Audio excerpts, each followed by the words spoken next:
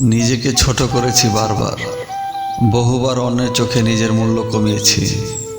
বিশ্বাসের দেয়ালে ফাটল ধরেছে আমারই দেওয়া সুযোগে।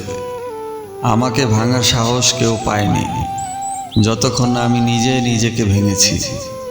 নিজের আত্মা সঁচে দিয়েছি অযোগ্য হাতে, তবু অভিযোগ কার? শুধু নিজের।